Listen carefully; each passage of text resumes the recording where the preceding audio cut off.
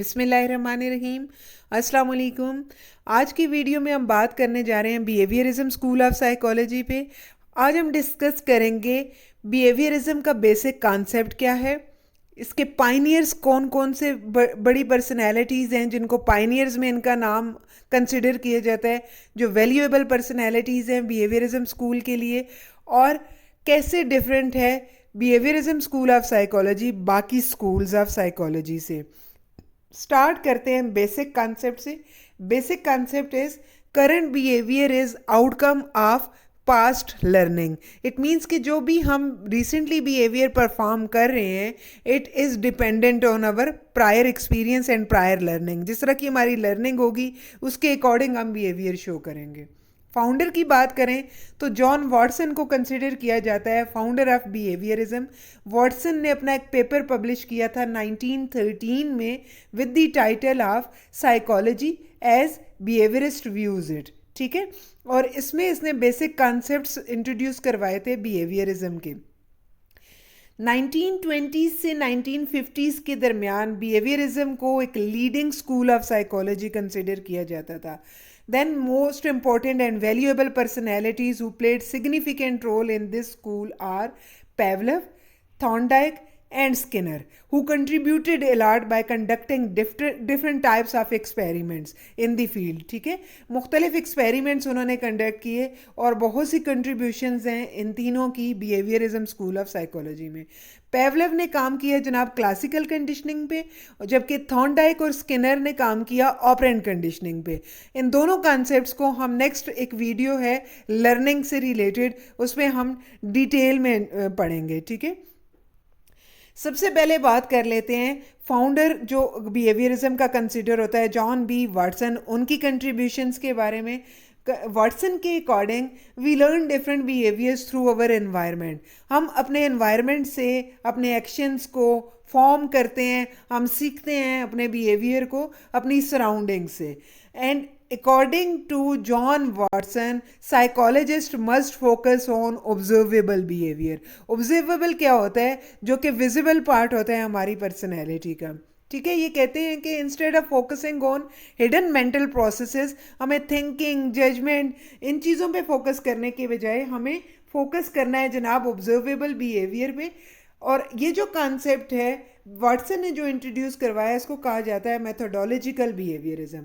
Methodological behaviourism के according आपकी जो फीलिंग्स हैं, आपकी जो जजमेंट्स हैं, आपकी जो थिंकिंग है, ये सारे जो है इनविजिबल मेंटल प्रोसेसेस होते हैं।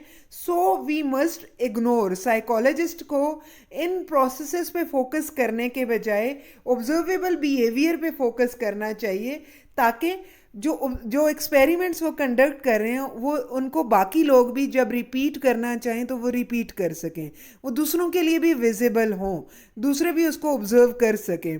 क्योंकि साइकोलॉजी एक साइंटिफिक स्टडी है, that's why according to Watson we must conduct experiments on the visible part that can be repeatedly studied, or instead of focusing on our higher mental processes that are our thinking, our memory, our judgment and our feelings। and this concept is known as methodological behaviorism। mostly जो Watson ने experiments conduct किए वो rats पे conduct किए थे। अब बात करते हैं एवन पेवलव की कंट्रीब्यूशंस पे, जो कि एक रशियन फिजियोलॉजिस्ट थे और उन्होंने काम किया जनाब क्लासिकल कंडीशनिंग पे। Conditioning means learning through association.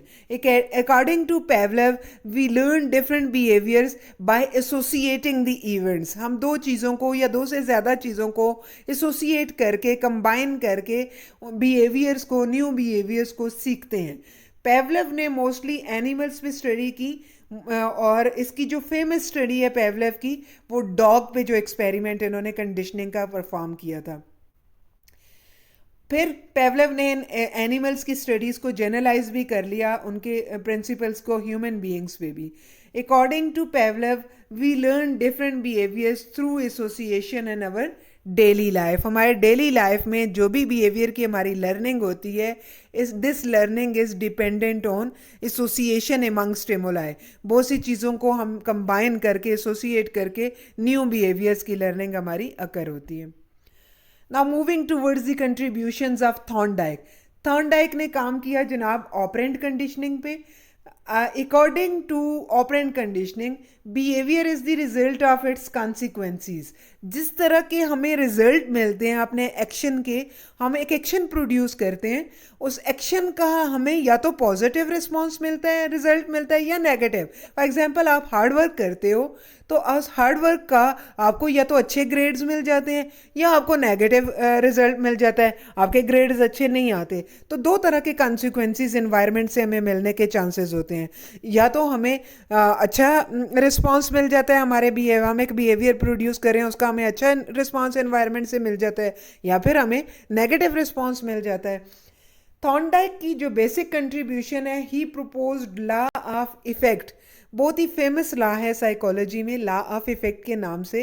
ये थॉर्नडाइक ने प्रपोज किया था। According to this law of effect, consequences of responses determine whether this response will occur in future or not। आपने एक बिहेवियर प्रोड्यूस किया, उसके जो आपको रिजल्ट्स मिलते हैं, उसके जो आपको कॉन्सिक्वेंसीज मिलते हैं, उन कॉन्सिक्वेंसीज पे बेस करता है कि आप इस बिहेवियर को फ्यूचर में रिपीट करेंगे या नहीं करेंगे। If this behaviour is followed by positive consequences, अगर आपको इस बिहेवियर के पॉजिटिव रिजल्ट मिले, then this behaviour will be strengthen. ये स्ट्रांग होता जाएगा, रिपीट होता जाएगा, फ्यूचर रेपिटेशन के चांसेस इंक्रीज होते जाएंगे। लेकिन अगर वही सेम बिहेवियर है, if it is followed by negative consequences, उसी बिहेवियर का एनवायरनमेंट से आपको नेगेटिव रिस्पॉन्स मिला, then you will not repeat this behavior in future. This behavior will be weakened. So it means that जो positive कॉन्सिक्वेंसीज होती हैं ये हमारे बिहेवियर को स्ट्रेंथन करती हैं, while the negative consequences will weak our behavior। ये हमारे बिहेवियर को डिक्रीज करती हैं। ठीक है, पॉजिटिव रिजल्ट मिला आपको किसी भी बिहेवियर का, आप फ्यूचर में उसकी रेपिटेशन ज़्यादा कर दोगे, आपका बिहेवियर इंक्रीज हो जाएगा फ्यूचर उसकी रेपिटेशन। और अगर आपको नेगेटिव रिजल्ट मिला तो फ्यूचर रेपिटेशन उसकी लेस हो जाएगी। ठीक है, now moving towards the contribution of Skinner. Skinner ने कॉन्सेप्ट दिया था रेडिकल बिहेवियरिज्म का। अब रेडिकल बिहेवियरिज्म क्या होता है? स्किनर ने भी ऑपरेंट कंडीशनिंग पे काम किया और उन्होंने रेडिकल बिहेवियरिज्म का कॉन्सेप्ट इंट्रोड्यूस करवाया। अगर आपको वॉटसन की, अभी मैंने जो थोड़ी देर पहले वॉटसन की कंट्रीब्यूशंस आपको बताई थी, तो मैंने बताया था कि उन्होंने मेथोडोलॉजिकल बिहेवियरिज्म बताई थी। अब बिहेवियरिज्म के दो पार्ट्स हैं, एक हो गया मेथोडोलॉजिकल बिहेवियरिज्म और दूसरा आ गया radical behaviourism. Methodological behaviourism original behaviourism का कॉन्सेप्ट है, जहाँ से बिहेवियरिज्म स्टार्ट हुआ था। ये आप कह सकते हो कि जहाँ से इनिशियल बिहेवियरिज्म का कॉन्सेप्ट है, स्कूल है, जहाँ से स्कूल स्टार्ट हुआ है, बिहेवियरिज्म का स्कूल। और वाटसन ने ये कॉन्सेप्ट इंट्रोड्यूस करवाया था, जिसमें वाटसन कहते हैं कि हमें फोकस करना है जनाब विजिबल बिहेवियर पे, और हमें इग्नोर करना है मेंटल प्रोसेसेस को जिसमें आपकी थिंकिंग और जजमेंट इंक्लूडेड होती हैं। स्किनर कहते हैं, स्किनर ने रेडिकल बिहेवियरिज्म का कॉन्सेप्ट इंट्रोड्यूस करवाया। स्किनर के according psychologist must focus on internal mental processes. वो कहते हैं हमें इमोशंस को भी देखना चाहिए, हमें जजमेंट्स को भी देखना है, हमें थिंकिंग को भी देखना है, हमें फीलिंग्स को भी देखना है when we are analysing the behaviour. So Skinner ने एसोसिएशन पे बात की। Radical behaviourism explains that person's feelings, person thinking and action do not occur independently. हमारे ये जो मेंटल प्रोसेसेस हैं ये इंडिपेंडेंट नहीं होते, but these are results of our experiences. ये हमारे एक्सपीरियंसेस से आते हैं। जिस तरह का हमें एक्सपीरियंस मिलता है, जिस तरह की हमें सराउंडिंग्स मिलती हैं, जिस तरह का हमें एनवायरनमेंट मिलता है, उसके अकॉर्डिंग हमारी थिंकिंग बनती है, उसके अकॉर्डिंग हमारी फीलिंग्स और इमोशंस बनते हैं, उसके अकॉर्डिंग हम बिहेवियर परफॉर्म करते हैं। ठीक है, अकॉर्डिंग टू स्किनर, अगर आपको रिवॉर्ड मिला किसी भी बिहेवियर का, ये रिवार्ड आपके बिहेवियर को स्ट्रेंथन करेगा। और अगर आपको एनवायरनमेंट से पनिशमेंट मिलती है किसी बिहेवियर को प्रोड्यूस करने में, कोई एक्शन परफॉर्म करते हो और एनवायरनमेंट से आपको पनिश किया जाता है, then this behaviour will be decreases, वो आपका बिहेवियर वीक हो जाएगा। मोस्टली जो एक्सपेरिमेंट्स कंडक्ट किए स्किनर ने, स्किनर बॉक्स में रैट्स के ऊपर और पिजन्स के ऊपर एक्सपेरिमेंट्स कंडक्ट किए और ये फाइंडिंग्स डिफरेंट प्रिंसिपल्स इन्होंने इंट्रोड्यूस करवाए ऑपरेंट कंडीशनिंग से related. This is all about behaviourism school of psychology. Thank you so much.